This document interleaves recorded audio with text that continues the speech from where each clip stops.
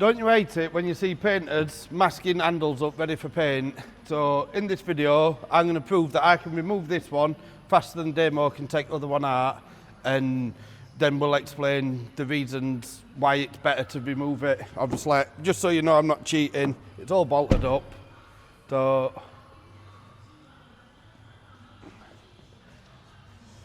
this one's in, he's going to mask it up, I'm going to whip that one out, let's go.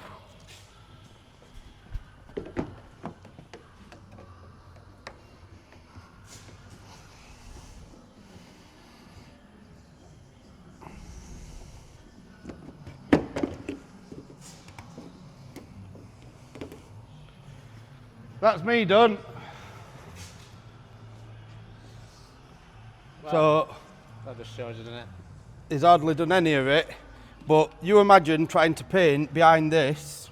Obviously your paint gun's going like that, you're struggling to get your lacquer in behind, but if you look at this side, now this is all removed, we've took rubbers off, we can scotch all this so nothing's ever going to flake, so you're literally painting all the way to edge.